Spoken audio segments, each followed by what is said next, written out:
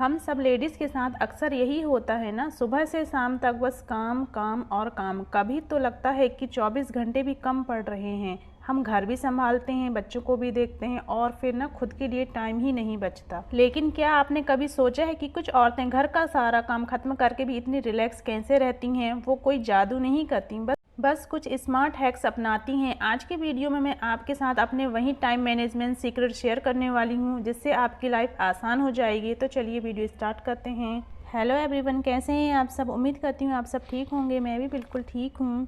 आज के ब्लॉग में आपके साथ शेयर करूँगी कि आप ना अपने काम को फटाफट से कैसे निपटा सकती हैं और अपने लिए भी टाइम निकाल सकती हैं। मैं कैसे करती हूँ वो भी शेयर करूँगी और आपको ना कुछ टिप्स भी दूँगी।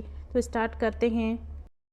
पहला है रात की तैयारी। सबसे पहला और सबसे बड़ा सीक्रेट, रात को सोने से पहले ना सिर्फ 10 मिनट निकालिए। कल सुबह नाश्ते में क्या बनेगा, कौन सी सब्जी बनेगी, ये रात को ही ना आप सोच लीजिए।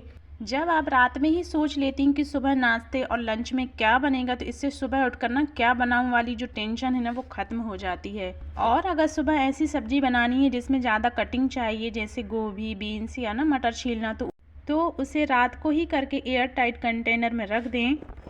अच्छा, मुझे भी कुछ ऐसा बनाना होता है ना, तो मैं रात में ही ना सब्जियों को साफ़ करके कट करके रख लेती हूँ, जिससे मेरा खाना ना बहुत जल्दी से बन जाता है।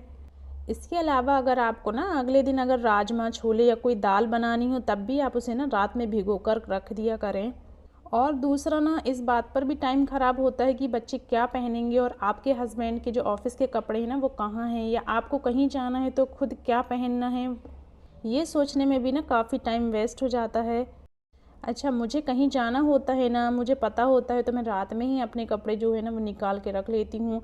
और अभी तो मेरा बेटा छोटा था, अब वो स्कूल जाने लगा है, आज उसका फर्स्ट डे था स्कूल का।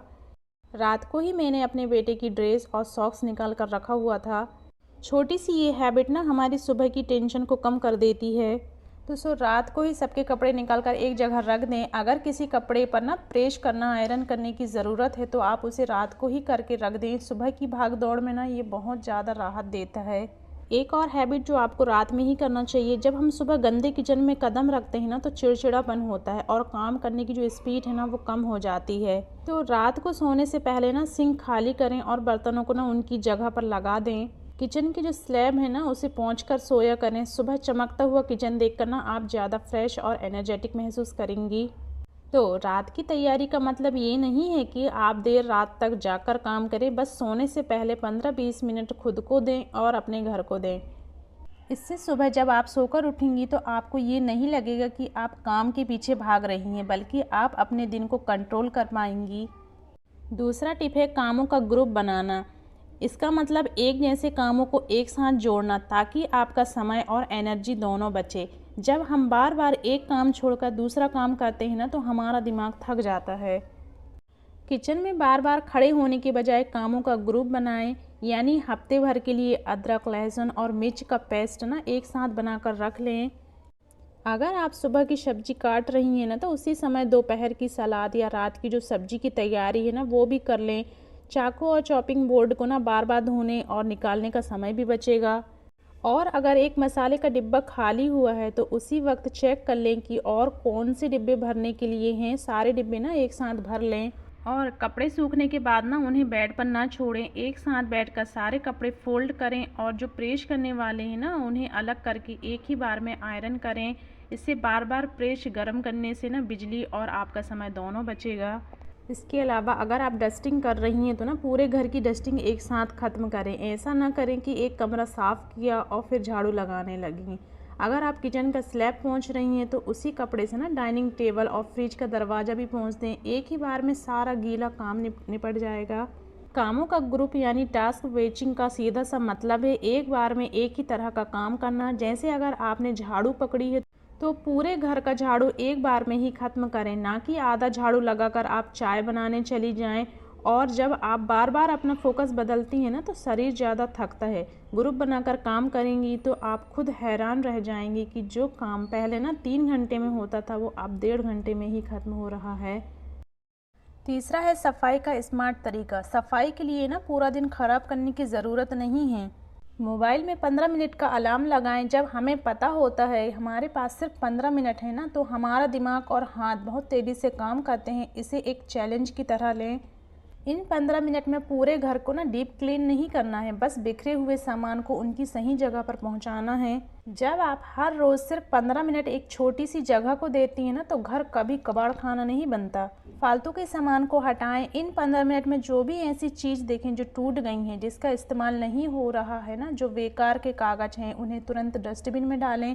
सामान जितना कम होगा सफाई उतनी ही ना आसान होगी। यहाँ ना मैं आपको एक टिप दूंगी, चीज़ों को कहीं भी रखने के बजाय ना उन्हें उनके ठिकाने पर रखें। अगर हाथ में चाबी है तो टेबल पर फेंकने के बजाय ना उसे की होल्डर पर टांगने में सिर्फ 2 सेकंड लगते हैं। उसे अपनी जगह पर रखें। सो फ्रेंड्स, हम में से बहुत सी ऐसी लेडीज़ हैं ना जो संडे का इंतज़ार करती हैं कि उस दिन पूरी सफाई करेंगे, लेकिन संडे तो ना आराम के लिए है। आप बस मेरी ये 15 मिनट वाली टिप फॉलो करके देखिए। डेली की यानी रोज़ाना की ये छोटी सी मेहनत आपके घर को ना हमेशा गेस्ट रेडी रखेगी। आपको कभी ये टेंशन नहीं होगा कि अचानक से कोई मेहमान आ गए तो घर बिखरा हुआ दिखेगा। सिर्फ 15 मिनट और ना घर चकाचक। चौथा है मशीनों का सही इस्तेमाल। मशीनों या गैजेट्स का सही इस्तेमाल करने का मतलब ये नहीं है कि आपको बहुत महंगे सामान खरीदने हैं, बल्कि जो आपके पास है उनसे अपना कीमती समय निकालना है। जब आप सुबह उठती हैं ना, तो सबसे पहला काम मशीन में कपड़े डालने का होना चाहिए। जब तक आप किचन का काम या डस्टिंग ख़त्म करेंगी तब तक ना कपड़े धुल चुके होंगे। अगर आप चाय या खाना बनाने के लिए गर्म पानी का इस्तेमाल करती हैं ना, तो गैस के बजाय केतली का इस्तेमाल करें। यह ना गैस से भी तेज़ काम करती है और आपका टाइम भी बचाती है। अच्छा, मैं जब चावल को कुक करती हूँ ना, तो मैं पहले केतली में पानी गर्म कर लेती हूँ। जब तक मैं अपने चावल को वॉश कर रही होती हूँ ना, उतनी देर में पानी गर्म हो जाता है और गर्म पानी से ना बहुत जल्दी ही चावल बनकर तैयार हो जाते हैं। और जो हमारी गैस है ना, उसकी भी काफ़ी बचत हो जाती है।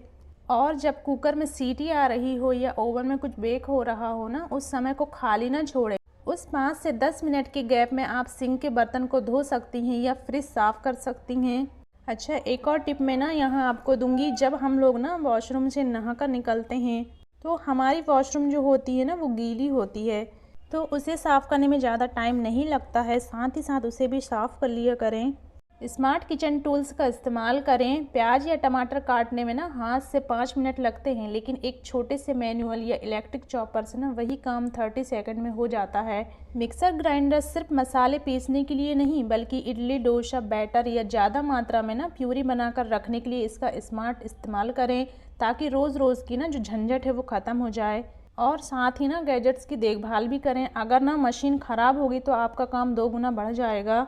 हफ्ते में एक दिन अपनी मशीन जैसे मिक्सर के जार, माइक्रोवेव या वॉशिंग मशीन का फ़िल्टर जो है ना, उसको साफ़ करने के लिए रखें। अगर टूल साफ़ और सही कंडीशन में होंगे ना, तो वो आपका काम तेज़ी से करेंगे।